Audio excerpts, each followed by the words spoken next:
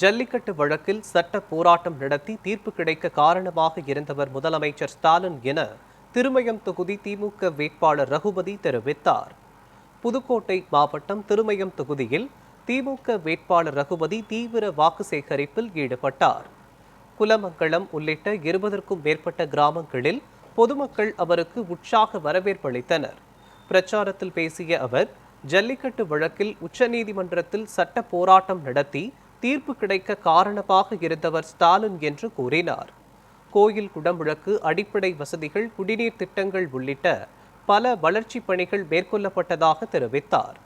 உதயசூரியன் சின்னத்திற்கு வாக்களிக்குமாறு பொதுமக்களிடம் கேட்டுக்கொண்டார். குடமுழுக்கு நடத்தி 5 ஆண்டுகளிலே மிகப்பெரிய சாதனையை செய்திருப்பது இந்த திராவிட மாடல் அரசு.